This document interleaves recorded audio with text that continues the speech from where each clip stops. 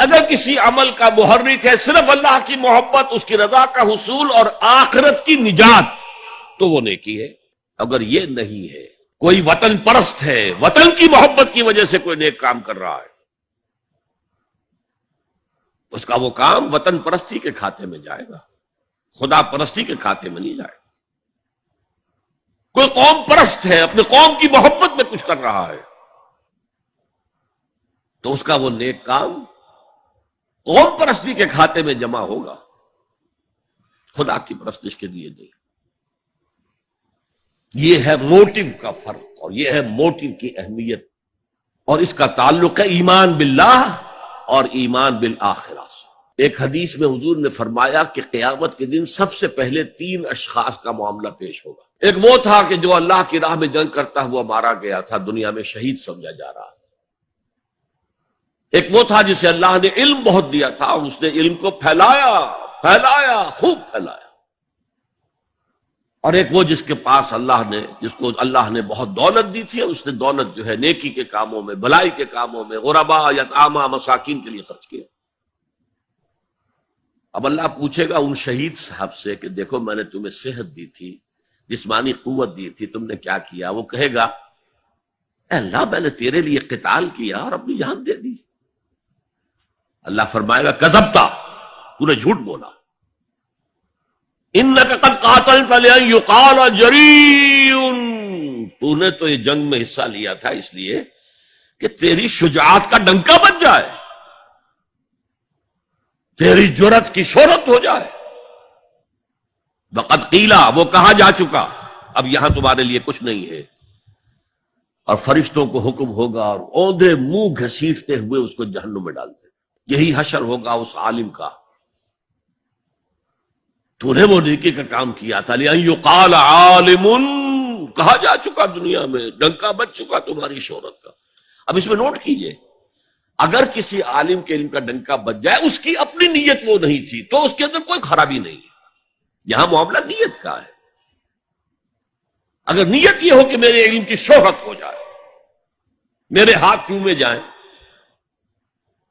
مجھے نذرانے پیش کیے جائیں، تو پھر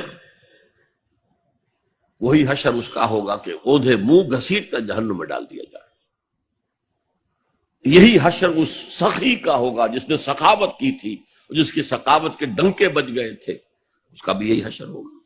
تو انما الاعمال بالنیات، اور یہاں نیکی کی بحث میں سب سے پہلے ولکن البر بر من آمن باللہ والیوم الآخر۔ اب جو والملائکۃ والکتاب والنبیین، ان تینوں کو جمع کر لیجئے، اس سے مراد ہے نبوت اور رسالت۔ ملائکہ وحی کا ذریعہ ہیں جو انبیاء تک لے کر آتے رہے۔ اس وحی کا جو ریکارڈ مرتب ہوا وہ کتابیں ہیں، اور جن پر وہ وحی آئی وہ نبی ہیں۔ ان تینوں کو جمع کر لیجئے، رسالت، ایمان باللہ، ایمان بالآخرہ، اور ایمان بالرسالت۔ اب اس کا تعلق کیا ہے نیکی کے ساتھ؟ یہ ذرا گہری بات ہے۔ دیکھیے نیکی کا جذبہ بھی، جو انسان کے پیشنز ہوتے ہیں وہ اندھے بہرے ہوتے ہیں۔ پیشنز، جذبات، نیکی بھی ایک جذبہ ہے۔ کبھی یہ جذبہ حد اعتدال سے تجاوز کر کے بدی بنا دیتا ہے، جیسے رہبانیت، ترک دنیا، شادی نہیں کروں گا، گھر گھرستی کا بکھیڑا مول نہیں لوں گا، بس اللہ سے لو لگاؤں گا۔ ظاہر بات ہے جس نے بھی فیصلہ کیا نیکی کے جذبے کے تحت کیا نا، لیکن اس کا جو نتیجہ نکلا اکثر و بیشتر پھر حرام کاری ہوئی۔ آپ عیسائیت کی جو ہے ہسٹری آف کرسچین موناسٹسزم، اس کا مطالعہ کیجئے، انہوں نے خود لکھا ہے کہ بظاہر راہب خانے ہیں، راہب اور راہبائیں رہتی ہیں، اور ان کے تہخانوں میں حرامی بچوں کے قبرستان ہو جاتے تھے۔ یہ نیکی کے جذبے نے بدی کو جنم دیا ہے۔ حضور کے ساتھ ایسا ہوا۔ 3 اشخاص آئے، انہوں نے حضور کی ازواج مطہرات سے معلوم کیا آپ رات کو کتنا وقت نماز میں لگاتے ہیں، آپ مہینے میں کتنے نفلی روزے رکھتے ہیں، اب جو کچھ انہیں بتایا گیا، حضور کی زندگی کھلی کتاب تھی، بتا دیا گیا۔ اتنا عرصہ جو ہے آپ رات کو تہجد پڑھتے ہیں، بتا دیا گیا۔ مہینے میں اتنے روزے رکھتے، انہوں نے اسے کم سمجھا، فتقالوہا، قلیل سمجھا کہ یہ تو زیادہ نہیں ہے، ہمارا تو خیال تھا کہ آپ ساری رات ہی کھڑے رہتے ہوں گے۔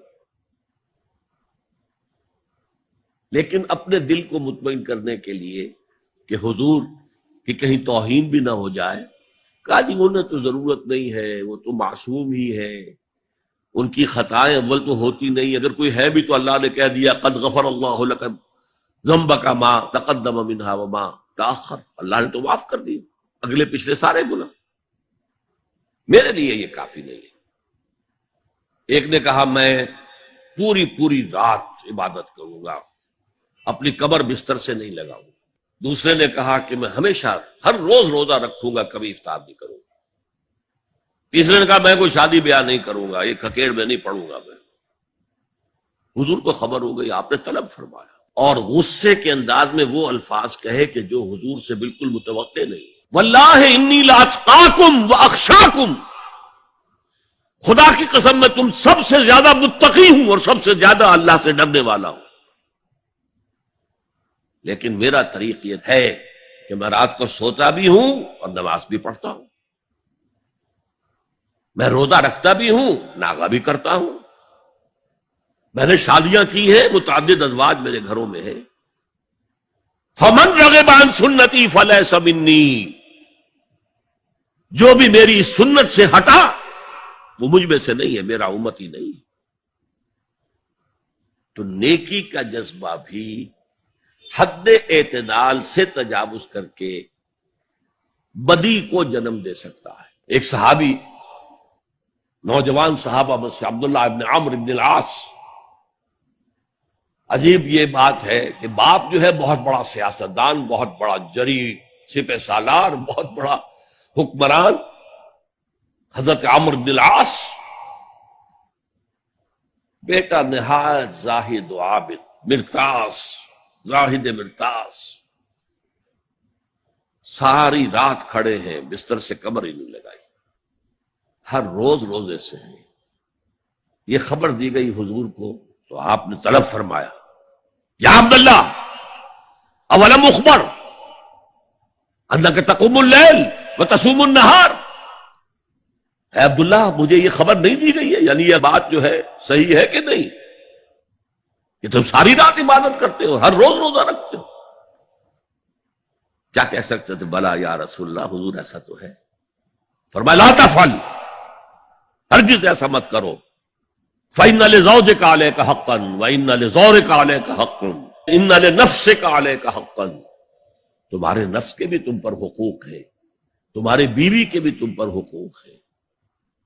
ان کی زوجہ سے کسی نے پوچھا تھا تم ہمیشہ میلی کچیلی رہتی ہو، کبھی ہم نے تمہیں کسی اچھے لباس میں، کسی کوئی جسے سنگھار کہہ دیتے کہ یہ میں نے دیکھا، تو ان کا کہ مجھے کیا غرض ہے، تمہارے بھائی کو تو مجھ سے کوئی غرض ہے ہی نہیں، میں کس کے لیے بناؤ سنگھار کروں؟ یہ بھی الفاظ آتے ہیں۔ فرمایا ہرگز مت کرو، میں تو کرتا ہوں، میں روزے بھی رکھتا ہوں لیکن نہیں بھی رکھتا، میں نماز پڑھتا ہوں لیکن سوتا بھی ہوں، میری بیویاں ہیں متعدد، تو میری سنت اگر تم نے چھوڑ دی تو تمہارا مجھ سے کوئی تعلق نہیں ہوگا۔ اس کا مطلب کیا ہوا؟ تو سم اپ، نیکی کا ایک ماڈل بھی سامنے رہنا چاہیے جس میں توازن ہو، اعتدال۔ انبیاء وہ توازن پیش کرتے ہیں اپنے کردار اور شخصیت کے ذریعے سے۔ وہ جو فرمایا گیا لقد کان لکم فی رسول اللہ اسوۃ حسنہ، تمہارے لیے اللہ کے رسول کی شخصیت میں ایک اچھا نمونہ ہے، یہ نمونہ معتدل ہے، متوازن ہے۔ حضرت عائشہ فرماتی ہیں حضور ہمارے مابین تشریف فرما ہوتے تھے، پیار اور محبت کی باتیں بھی ہوتی تھی۔ حضور ہمارے ہاں کے جو ذرا زیادہ دیندار، جنہیں زیادہ مسالہ لگ جاتا ہے، وہ کرخت مزاج کے، گھروں میں بھی معلوم ہوا داخل کیا ہوا قیامت آ گئی ہے، تو اس طرح کا نہیں تھا معاملہ، اپنی بیویوں کی دل جوئی، ان سے محبت اور پیار کی باتیں۔ لیکن حضرت عائشہ فرماتی ہے کہ ہمارے درمیان بیٹھے ہوتے تھے اور پیار و محبت کی گفتگو ہو رہی ہوتی تھی، اذان کی آواز آتے ہی ایسے ہی اٹھ کر چل دیتے تھے جیسے ہمیں جانتے بھی نہیں کہ ہم کون ہیں۔ یہ توازن پیدا کرو، ترک دنیا نہیں، دنیا میں رہو اور پھر وہ کردار پیش کرو جو محمد نے پیش کیا صلی اللہ علیہ وسلم اور آپ کے صحابہ نے پیش کیا۔ دنیا میں رہتے ہوئے ترک دنیا اس معنی میں دنیا مقصود نہ بن جائے، مطلوب نہ بن جائے۔ لا مقصود الا اللہ، لا مطلوب الا اللہ، لا محبوب الا اللہ۔